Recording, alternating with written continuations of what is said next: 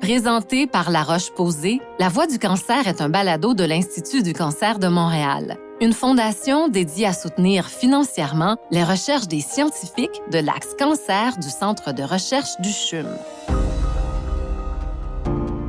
On vit vraiment une époque fantastique. C'est sûr que ça fait peur, l'intelligence artificielle. Il y a des dérives, il y a des risques et tout ça, mais en même temps, de voir les avancées qui s'en viennent dans les prochaines années grâce à ça, je suis épaté par ce que vous arrivez déjà à faire avec cet outil-là. Je m'appelle Jean-Daniel Doucet, mais on m'appelle souvent JD. Il y a près de 15 ans, j'ai quitté la recherche contre le cancer pour devenir vulgarisateur scientifique. Dans le balado La Voix du cancer, je vais revoir mes anciens collègues accompagnés de personnalités touchées de près par la maladie. Ensemble, on partage nos histoires tout en explorant les dernières avancées de la recherche, les pistes de traitement les plus prometteuses.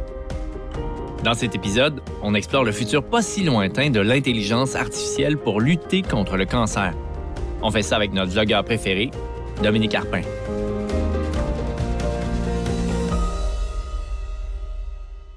Dominique Arpin, allô? Salut! On te connaît notamment pour ton émission Vlog à TVA qui en est à sa 20e saison. Juste bravo! C'est incroyable. Je pense qu'il y a juste la semaine verte qui nous bat. Ou peut-être tout le monde en parle aussi en termes de longévité. Il s'en est passé des choses durant cette période. Dans ton cas, beaucoup de sport, de défis aussi. Tu as eu tout un obstacle à surmonter d'ailleurs en 2013, un cancer du rein. Je pense que ta résilience et ton engagement dans la lutte contre le cancer ont inspiré bien des gens, Dominique. Merci d'être là aujourd'hui. Ça me fait plaisir. Parlant de personnes inspirantes qui aiment les défis compliqués, je te présente Dominique, la docteure Ouda Baig. Allô, Ouda? Salut. Ouda, tu es médecin, chercheuse au Centre de recherche du CHUM et membre de l'Institut du cancer de Montréal. Ta spécialité, c'est la radio-oncologie. Moi, dans ma tête de vulgarisateur scientifique, là, la biologie du corps humain, la physique des radiations, l'informatique puis l'intelligence artificielle, c'est tous des domaines vraiment pas simples puis tout à fait différents les uns des autres. Pourtant, toi puis ton équipe, vous vous servez de ça à tous les jours pour que la radiothérapie grille plus précisément le cancer. J'ai envie de dire, attention, le cancer, les nerds contre-attaquent. Ouda, pour vrai... Il y a 15-20 ans, moi, j'étais dans le milieu de la recherche, puis l'intelligence artificielle, c'était comme de la science-fiction. Là, ça devient une réalité. À partir de quel moment tu t'es dit, OK, là, avec l'intelligence artificielle, on pourrait aider des patients? Grande question. Vous m'avez invité parce que je suis chercheur et je lead certains projets, mais en réalité, il y a des grosses équipes derrière. C'est pas toi qui écris les lignes de code de programmation. Exactement.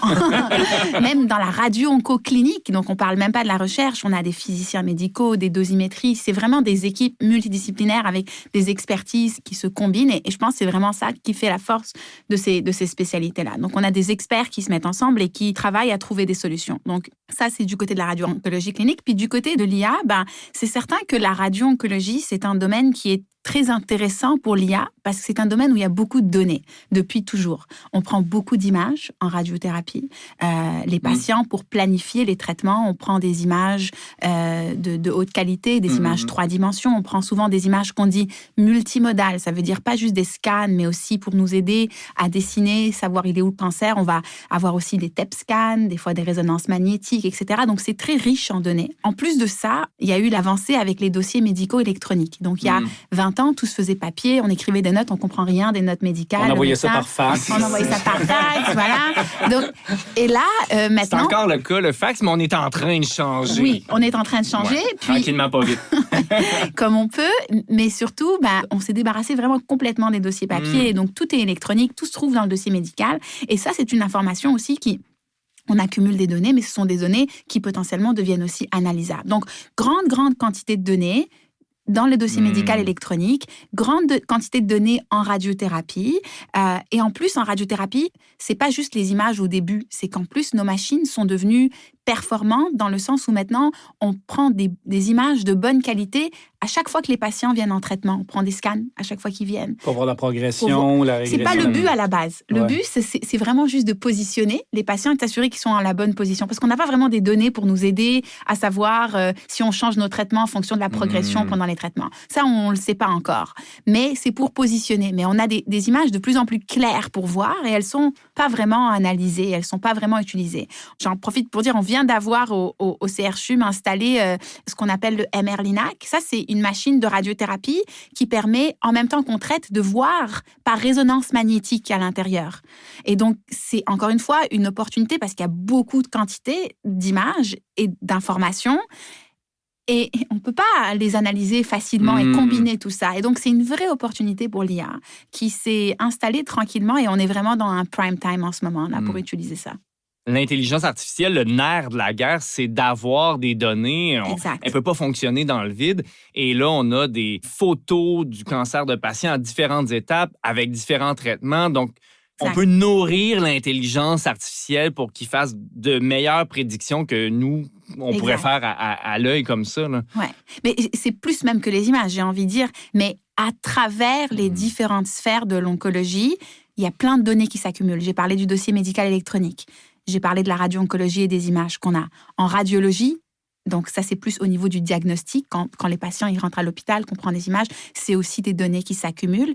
En pathologie, donc les pathologistes, ils ont des slides, des pathologies. Des coupes très, très minces d'échantillons de cancer. D'échantillons de cancer qu'ils analysent, qu'ils regardent. Et bien, depuis quelque temps, maintenant, ces images-là sont digitalisées.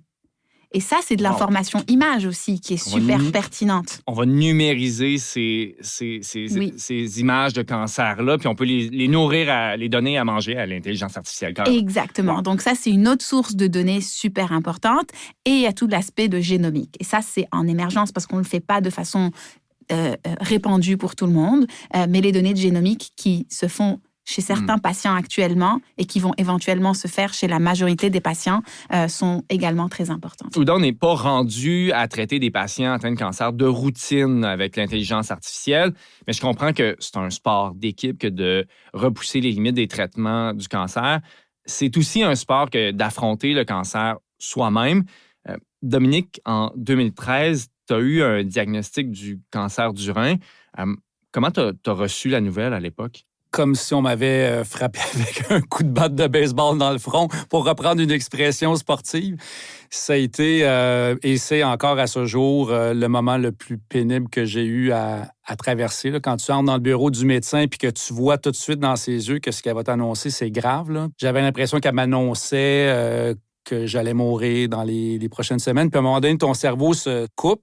Puis t'entends pas le reste de son argumentation, comme quoi c'est un cancer qui se soigne bien, qu'on l'a attrapé à temps d'une certaine manière. Donc, mais je suis sorti du bureau du médecin, j'ai été complètement démoli. Là. J'étais certain que c'était la fin. Puis, ben là, tranquillement, pas vite, tu te documentes, tu te renseignes.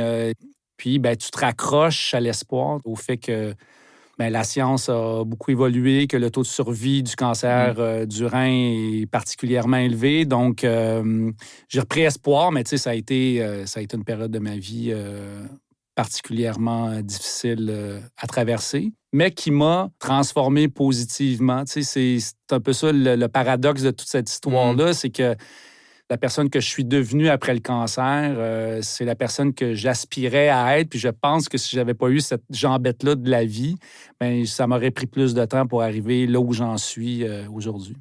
J'ai goûté à l'ascension de montagne avec le Kilimandjaro l'année dernière. Fait que là, c'est sûr que j'ai envie de grimper encore plus haut. Fait qu'il y a cette urgence-là de vivre, puis l'envie d'honorer cette deuxième chance-là que la vie m'a fait. Tu sais, je trouverais ça, à la limite, un peu égoïste de gaspiller ce temps-là que la vie m'offre. Quand la vie nous envoie des citrons, on fait de la limonade. C'est un peu cliché, mais c'est un peu ça, j'ai l'impression. Ce qu'on propose comme traitement, Dominique, c'est une opération pour retirer le rein qui est malade. On peut fonctionner avec un seul rein, c'est la bonne nouvelle. Dans quel état d'esprit tu te présentes à l'opération? Je m'entraînais à ce moment-là pour le marathon d'Ottawa. Donc, j'étais au sommet de ma forme. Ça faisait des mois que je courais 4-5 fois par semaine. Puis le pire, c'est que la journée qui avait été fixée pour mon opération, c'était à quelques jours de la journée où je devais faire le marathon d'Ottawa. Donc, j'ai décidé, peut-être par instinct de survie, de transformer cette opération-là en épreuve sportive. Dans ma tête, je m'en allais pas me faire opérer, je m'en allais participer à une course. Donc, j'ai repris mon programme d'entraînement au même titre que si j'allais courir cette journée-là un marathon. Et ça a fait en sorte que je suis arrivé là-bas. Oui, j'avais peur. J'avais peur de ne pas me réveiller, de l'anesthésie, tout ça. Ces peurs-là, je les avais, mais il me semblait que j'étais au sommet de ma forme puis que j'avais mis toutes les chances de mon côté pour passer au travers. Donc, j'étais confiant. Je trouve que c'est splendide comment vous avez transformé en fait cette épreuve en quelque chose finalement où il y avait un territoire connu un peu le plus possible. C'était essayer de trouver quelque chose que tu pouvais contrôler un peu, ce que tu avais l'habitude de faire. Je suis allé habillé comme si j'allais courir. Je te jure, c'est un peu bizarre. Là, mais avec mon sac d'entraînement, mes oui, chaussures de course. Tu sais, dans ma tête, jusqu'au bout, je me suis accroché à cette idée-là que je m'en allais pas me faire opérer. Oui. Bon, évidemment, quand je me suis retrouvé étendu dans le couloir à côté de la salle d'opération, ça m'a rattrapé. Mais tu comprends, le plus longtemps possible que j'ai pu rester dans cet imaginaire-là qui était positif pour moi, je m'en suis servi. Dominique, j'ai aussi couru des marathons, puis il y avait mes sœurs avec des pancartes qui m'encourageaient.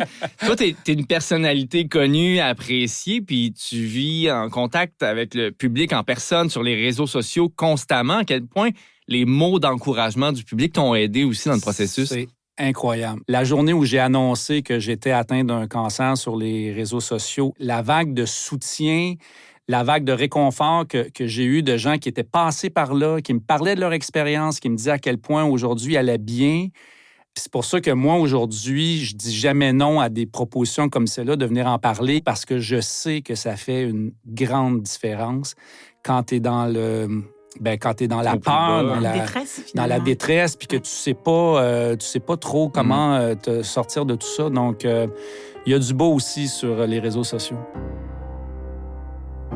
Il n'y avait pas d'intelligence artificielle dans le temps de Dominique et tout s'est bien passé pour lui. On a dressé un portrait de sa tumeur et on l'a enlevé. Mais il y a des cancers dont le portrait est plus compliqué.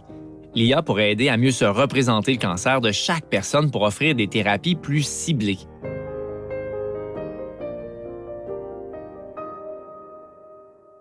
Dominique, t'es clairement un sportif, mais aussi un passionné du web et de la techno.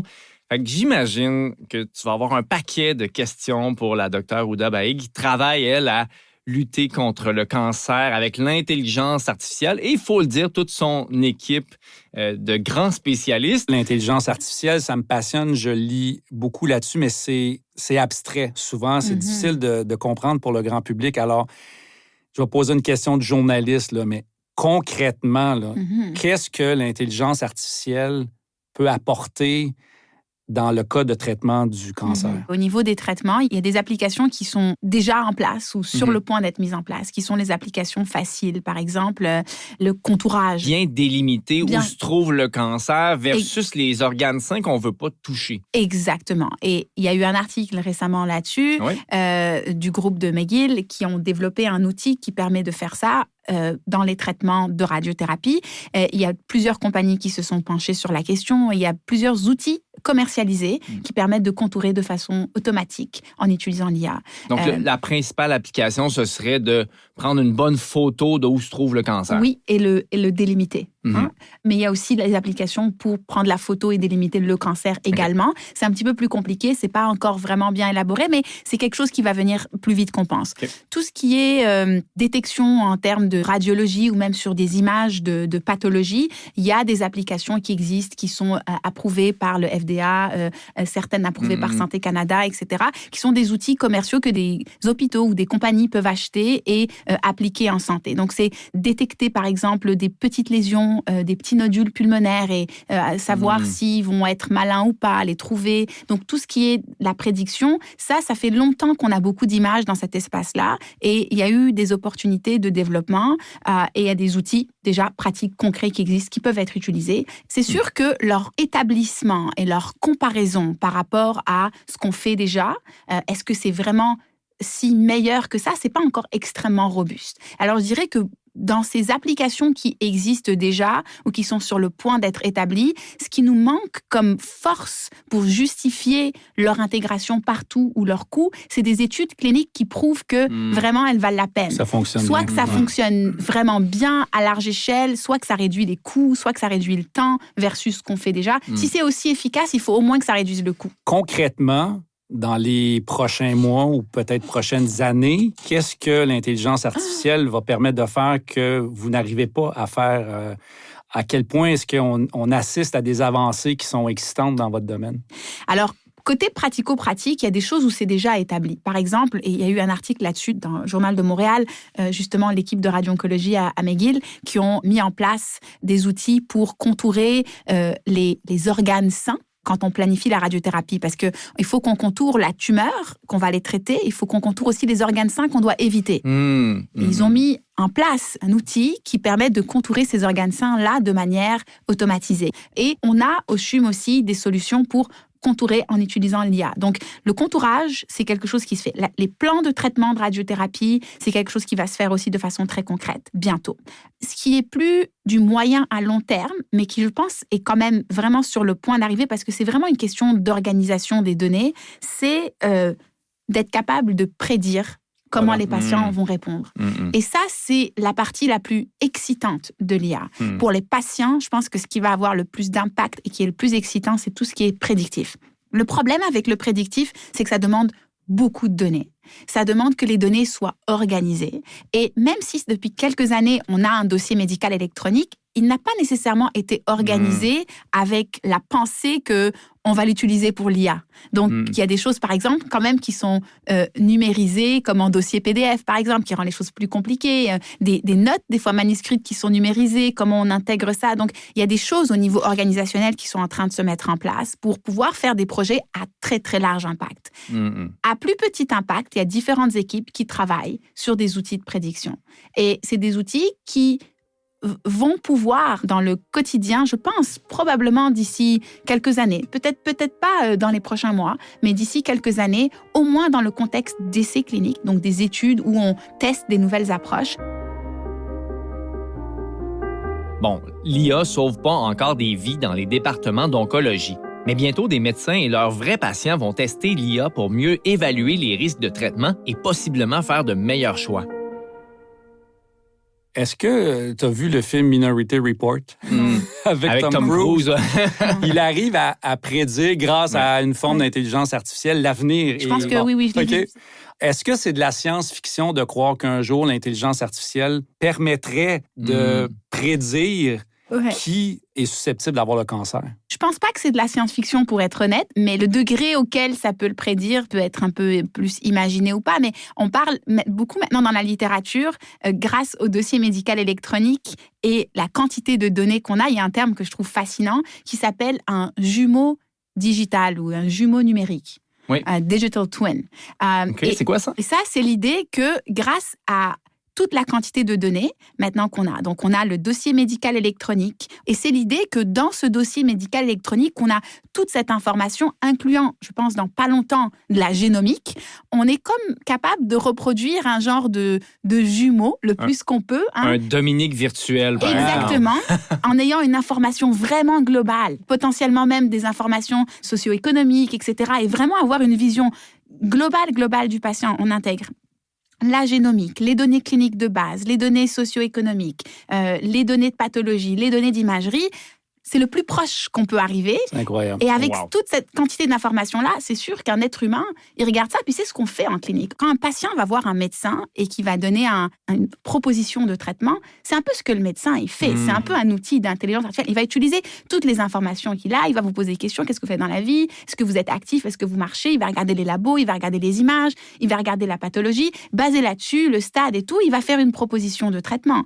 Et cette proposition de traitement, c'est pas intégré comme ça, mais en réalité, il y a un ordinateur dans la tête du médecin qui intègre Intelligence naturelle. Intelligence naturelle qui dit, est-ce qu'il a la force, ce patient-là, de passer au travers? Est-ce que je pense qu'il a une tumeur qui va répondre, etc. Fait qu'il y a la composante un peu de base qu'on fait déjà, mais c'est de se dire, il y a cette quantité énorme d'informations qui actuellement est complètement ignorée parce qu'on n'est pas capable de l'analyser. À l'œil humain, moi, si je vous fais des scans tous les jours sur votre tumeur pendant les traitements, j'arrive pas à voir les petites nuances quotidiennes, mais l'IA peut m'aider à détecter des éléments que j'arrive pas à voir, intégrer des informations potentielles en génomique, etc. Et projeter ça dans un avenir. Et projeter ça dans un avenir pour faire des prédictions. Donc, il y a cette notion-là. Donc, est-ce que ça me paraît complètement fou de pouvoir avoir ce jumeau numérique et quand un patient rentre à l'hôpital, d'avoir cette information-là et de se dire, basé sur les informations de génomique, d'imagerie, etc., ce patient-là, probablement qu'il aura des meilleures chances avec ce type de traitement et les effets secondaires qu'on prédit seront ça. Ça me paraît vraiment pas fou, honnêtement. À moyen terme, je dirais. Et là, autre avantage, c'est que tu as un jumeau numérique puis tu peux l'envoyer faire les tâches que tu n'as pas envie de faire à la maison. Exactement. Dominique, virtuel dans le Roomba pour passer le balai automatiquement. J'adore tout. Un jumeau digital ou numérique, c'est comme si, à partir des données de notre dossier santé, on créait un double de nous virtuel dans un ordinateur d'un hôpital. Des IA pourraient ensuite simuler les complications d'une opération, tester virtuellement l'efficacité de prothèses ou tenter de prédire l'impact et les effets secondaires d'un traitement contre le cancer. Mais ça remplace pas les médecins, les animateurs et les vulgarisateurs. Ben, pas encore. C'est un cobaye, là. On peut tester presque des médicaments, puis l'intelligence artificielle va prédire non seulement les résultats du traitement, mais les effets secondaires aussi. Et c'est là que ça peut devenir intéressant. Et vous avez un projet concret là-dessus pour essayer de diminuer les effets secondaires de radiothérapie dans des cancers de la région du cou et de la tête. Est-ce que tu peux nous en parler, Ouda? Alors, les cancers ORL, donc la tête et du cou, c'est des types de cancers qui, en grande majorité, surtout les cancers de la gorge, le cancer de l'oropharynx plus spécifiquement, c'est des types de cancers qui se traitent en général avec de la radiothérapie et de la chimiothérapie combinée. C'est des traitements qui sont durs parce que c'est par là qu'on mange, c'est par là qu'on respire, etc. Et c'est des traitements qui sont longs. Actuellement, c'est des traitements qui se font sur une durée de 7 semaines. Les patients viennent tous les jours, du lundi au vendredi, et on brûle essentiellement la gorge, la zone de la tumeur, les zones ganglionnaires. Les patients ont beaucoup d'effets secondaires, des brûlures au niveau de la peau, des brûlures dans la gorge, des difficultés à s'alimenter, ils prennent des médicaments pour le mal. C'est un traitement difficile. Maintenant, on sait, depuis une vingtaine d'années, on a une augmentation des cancers de la gorge liés au VPH, le virus du papillome humain. Qui est un virus qui va avoir tendance à causer le cancer. Exactement. C'est le même virus qui cause le cancer du col chez la femme. Ça cause le cancer de la gorge chez les hommes et les femmes, un peu plus souvent chez les hommes. Et donc maintenant, dans les pays développés, la majorité des cancers de la gorge qu'on voit maintenant sont associés à ce virus-là plutôt qu'au tabac et à l'alcool comme il y a 20 ans. Puis les protocoles de traitement pour ce cancer-là, ils ont été développés à l'époque où la majorité était causée par le tabac et l'alcool. Mais entre-temps, ce qu'on a réalisé, c'est que les patients qui ont le cancer de la gorge associé à ce virus-là, ils ont un pronostic qui est vraiment meilleur. Donc, taux de guérison sont beaucoup plus élevés et on a l'impression que peut-être notre protocole de traitement est trop difficile pour ce type de traitement. En même temps, la meilleure chance de guérison, c'est la première. Donc, on ne veut pas non plus prendre de risques et on sait qu'il y a certains de ces cancers-là associés au VPH qui peuvent être très agressifs aussi, mais on n'est pas très bon à savoir lesquels. Fait qu'il faut aller bien doser la force du traitement pour réussir à se débarrasser du cancer, mais sans causer trop de dommages en même temps. Puis ça, c'est pas facile à faire à l'œil avec l'intelligence naturelle des humains. Exactement. Le projet d'IA qui nous intéresse, c'est d'utiliser toutes ces données quotidiennes d'imagerie sur une large cohorte de patients qu'on traite pour essayer de prédire tôt qui répond au traitement et qui développe des effets secondaires. Des choses qui vont nous permettre d'intervenir rapidement pour les effets secondaires et aussi potentiellement de diminuer les doses de radiothérapie chez les patients chez qui on sait qu'ils vont avoir une bonne réponse. Puis est-ce que ça marche bien pour l'instant, ces prédictions-là? Ouais. En IA, il y a toujours cette question d'avoir une large cohorte de données pour pouvoir établir nos algorithmes, puis ensuite valider nos modèles sur des cohortes extérieures pour s'assurer que c'est solide. Et en ce moment, on est là-dedans. On a déjà mis en place des modèles qui fonctionnent très bien pour prédire les réponses des patients et pour prédire les effets secondaires des patients, avec une validation d'un autre centre au Canada, avec une cohorte séparée. Et puis en ce moment, on se prépare pour une étude clinique qu'on va partir bientôt. On va pouvoir tester ces algorithmes-là chez des patients de façon prospective. Donc on espère pouvoir moduler les traitements en fonction des prédictions qu'on établit. Dans le film de science-fiction Minority Report, Rapport minoritaire en français, Tom Cruise est un policier qui évolue dans un monde où l'on prédit les futurs actes criminels avant qu'ils n'arrivent. Évidemment, ça pose des problèmes éthiques. L'utilisation de l'IA en oncologie pose aussi des problèmes moraux. Il y a clairement des enjeux de fiabilité et de vie privée auxquels on doit faire attention. Et est-ce que tout le monde va pouvoir se payer l'accès à l'IA?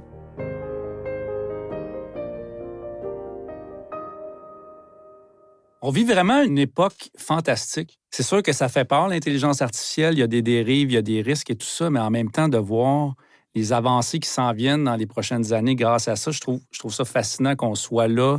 Vous avez les deux mains dans le moteur, là, mais tu sais, nous, je regarde ça de l'extérieur puis je suis épaté par ce que vous arrivez déjà à faire avec cet outil-là. C'est très excitant. Il y a effectivement la composante de peur avec l'IA. Parmi ces éléments qui vont faire peur, plus du côté santé et qui viennent avec ça, c'est tout ce qui est confidentialité des données, la sécurité des données, parce que c'est beaucoup des grandes quantités de données qui sont condensées. Puis, quand on a un scan, on voit le nez, les yeux, etc. sur le scan, même si c'est des images qu'on voit. Donc, en théorie, même si tout ce qu'on utilise, c'est ce qu'on appelle des images anonymisées ou déidentifiées, les limites de la déidentification, c'est un petit peu compliqué. Donc, si on a des partages de données à faire, il faut couper les zones qui permettent Donc, il pourrait d'identifier. avoir un danger de fuite d'informations. Absolument. Et ça, c'est sûr qu'il y a beaucoup d'efforts dans les comités d'éthique et dans les partages de données. C'est très, très, très limité, très, très compliqué. Et c'est d'ailleurs la raison pour laquelle, en santé, on est plusieurs pas en arrière. Puis la raison principale, c'est les données. Parce qu'il y a tellement de complications et de limitations pour tout ce qui est accès aux données, partage des données, de façon justifiée. Mais ça rend... Moi, j'ai pas le goût que mes données personnelles, médicales soient disponibles à tout le monde. Je veux dire, les compagnies d'assurance, je serais plus assurable si ça arrivait. Mais quelqu'un m'a dit un truc super intéressant, parce que c'est vrai que souvent, la population s'indigne que les données médicales soient utilisées, mais en même temps, tout le monde a accepté plein de choses. Facebook utilise toutes vos données de visage scannés, et tout ça, les gens acceptent. Absolument. Tandis que l'autre, c'est quand même pour une cause noble. On comprend la crainte, mais il y a quand même un double standard dans ce qu'on accepte et ce qui nous indigne. On accepte que notre téléphone nous écoute en ce moment même et nous pousse des publicités en fonction des discussions qu'on a. Ça va, mais qu'une technologie puisse peut-être nous sauver la vie. Oh non, ça, on veut pas. Là. On n'est pas une contradiction, j'ai l'impression. Parlant de contradiction, l'intelligence artificielle a aussi elle-même le potentiel de se contredire. Il peut y avoir des faux diagnostics. Absolument. Ça peut arriver. Comment on prévient ça? Déjà, la question qui revient souvent, c'est est-ce qu'un jour, on pourra utiliser des outils d'IA sans avoir une personne responsable ou un médecin, etc.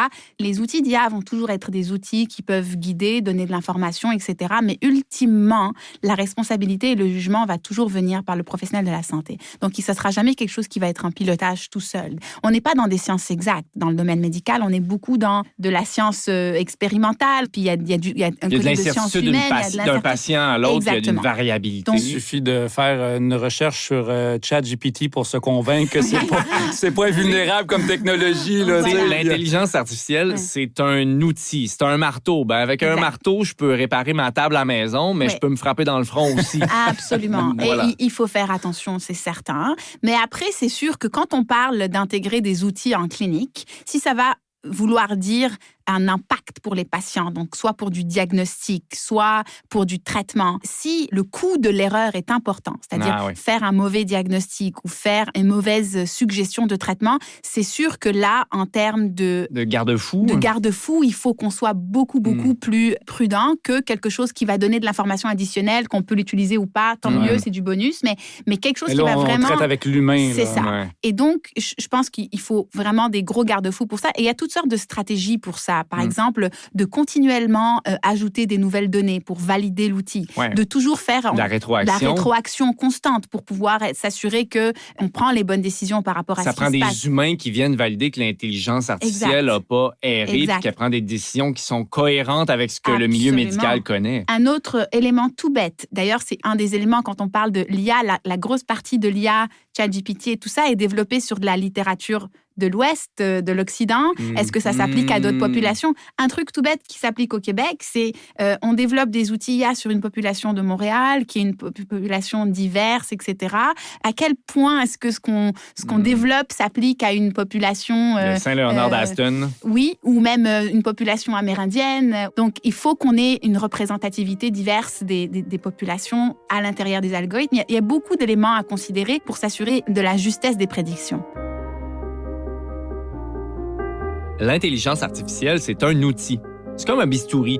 On peut s'en servir pour retirer des tumeurs. Mais ça reste un couteau pas mal tranchant à manier avec beaucoup de précautions. Dominique, c'est inspirant, tout ça, tout ce qu'on peut faire avec l'intelligence artificielle en santé. C'est presque sans limite. Il y a des enjeux éthiques aussi. Qu'est-ce que ça t'inspire, toi, tout ça? Je suis foncièrement optimiste dans la vie, puis je suis heureux de voir que les enjeux éthiques sont déjà considérés à ce stade-ci que des garde-fous, puis que le milieu est conscient des dérives possibles, puis des risques possibles. Mais sinon, j'ai l'impression d'assister à la naissance d'une nouvelle technologie carrément, tu sais, puis je pense que si vous arrivez à soigner une seule personne mieux grâce à cette technologie-là, ça vaut l'investissement. Puis ce qui est fantastique, c'est que les recherches que vous faites là, éventuellement, elles vont pouvoir être utilisées à travers le monde. Donc, puis là, vous avez votre cellule, vous faites ce type de recherche-là. Il y a d'autres types de recherches comme ça qui se font à l'échelle internationale. Mais imagine le moment où toutes ces recherches-là vont être réunies. Moi, ça me remplit de confiance en l'avenir, tu sais, puis pour être passé par là, mon souhait le plus grand, c'est qu'un jour, on arrive à détecter tous les cancers avant même qu'ils surviennent ou de les prendre là, à un niveau où ils se soignent presque en prenant une aspirine. Tu comprends? Je sais, c'est peut-être un monde de calinours, là, mon affaire, mais je pense que ces technologies-là vont un jour nous permettre d'en arriver à ça. Puis je trouve ça très excitant qu'on assiste à ça en ce moment même. Justement, sur quoi on travaille présentement à l'international, puis mettons qu'on sort notre boule de cristal, dans 15 ans, quelles sont de ces technologies-là qui ont le plus le potentiel de s'implanter, de se répandre et d'aider le plus les patients et les patientes ici au Québec ou là? La thématique de l'IA, l'intelligence artificielle, elle est explorée dans tous les angles en oncologie en général. Tu as mentionné il y a quelques instants de détecter rapidement et c'est un des premiers domaines où l'IA médicale a percé. Donc c'est sûr que ça, c'est une direction qui est vraiment fascinante parce qu'elle nous permet de détecter des cancers à des stades très, très, très précoces ou avant même qu'ils se développent et d'intervenir de façon beaucoup moins intensive. Il y a tout ce qui est prédiction de quel est le meilleur traitement pour quel patient. On a maintenant des traitements de plus en plus coûteux. Est-ce que ça vaut la peine de donner un traitement extrêmement cher chez un patient si on sait qu'il y a des extrêmement hautes chances qu'il ne va pas répondre? Et ça vaut définitivement la peine de le donner si on sait qu'il y a un patient qui a des bonnes chances de répondre, donc de sélectionner les bons traitements. Ça peut aussi aider les pathologistes à faire des diagnostics aussi plus rapidement. Ça, c'est déjà utilisé jusqu'à une certaine mesure, mais ça sera encore plus facile. Ils peuvent définitivement être aidés dans ce qu'on appelle la pathologie numérique. Et aussi du côté pharmaceutique. Avec l'IA, on est capable d'analyser le génome de façon beaucoup plus rapide et qui fait beaucoup plus de sens que de le faire comme avant où on cherchait pour des mutations spécifiques. Donc, il y a un potentiel de découverte, de découvrir des nouvelles mutations qui peuvent prédire si un patient va développer ou pas un cancer à l'avance. Et ces informations de génomique, on peut les prendre de la tumeur s'il y a de la tumeur, mais on pourra éventuellement aussi les prendre des prises de sang de patients. Donc, on appelle ça des biopsies liquides pour aller analyser et voir s'il y a des éléments qui prédisent qu'un patient pourrait développer un cancer ou a un cancer déjà. Même prédire si un patient va répondre à un traitement. On peut aussi le faire avec les biopsies liquides en analysant la génomique. Donc, les possibilités sont vraiment... C'est tout ce que je suis en train de vous dire. C'est tous des domaines de recherche actuellement dans le monde. Et dire que moi, je présente le dimanche soir des vidéos de chats à TVA. Je trouve ça fascinant de voir à quel point on est en train de développer des outils qui vont révolutionner la façon dont on traite ces maladies-là. Tu sais. Il y a de la matière pour un Minority Report, rapport minoritaire 2, mettant en vedette Tom Cruise qui fait encore des films. Et tiens, pourquoi pas, Dominique Arpin. Je lève la main, ça me tente. Dominique, on te souhaite quoi, toi, en terminant pour, dans 15 ans? Ah, mon Dieu, de continuer à savourer la vie, puis à en profiter au maximum, puis à rester centré sur les vraies choses, l'amitié, l'amour, les enfants, puis peut-être un jour le sommet de l'Everest aussi, qui sait? Pourquoi pas? Moi, je nous souhaite des discussions passionnantes comme celles qu'on vient d'avoir avec des vraies personnes en chair, en os et en santé. Merci à vous deux pour la belle discussion. C'est un plaisir. Ça fait plaisir, merci beaucoup. Merci d'avoir écouté La Voix du cancer. Si, comme moi, vous voudriez soutenir les recherches de l'Institut du cancer de Montréal, rendez-vous au icm.qc.ca pour faire un don. Parce que les traitements de demain, ils passent par la recherche d'aujourd'hui. La Voix du cancer est un balado de l'Institut du cancer de Montréal, présenté par La Roche-Posay. À l'animation et à la co-scénarisation, Jean-Daniel Doucet. À la recherche et à la co-scénarisation, Stéphanie Dubo. À la réalisation, Nathalie Pelletier et Miguel Legault.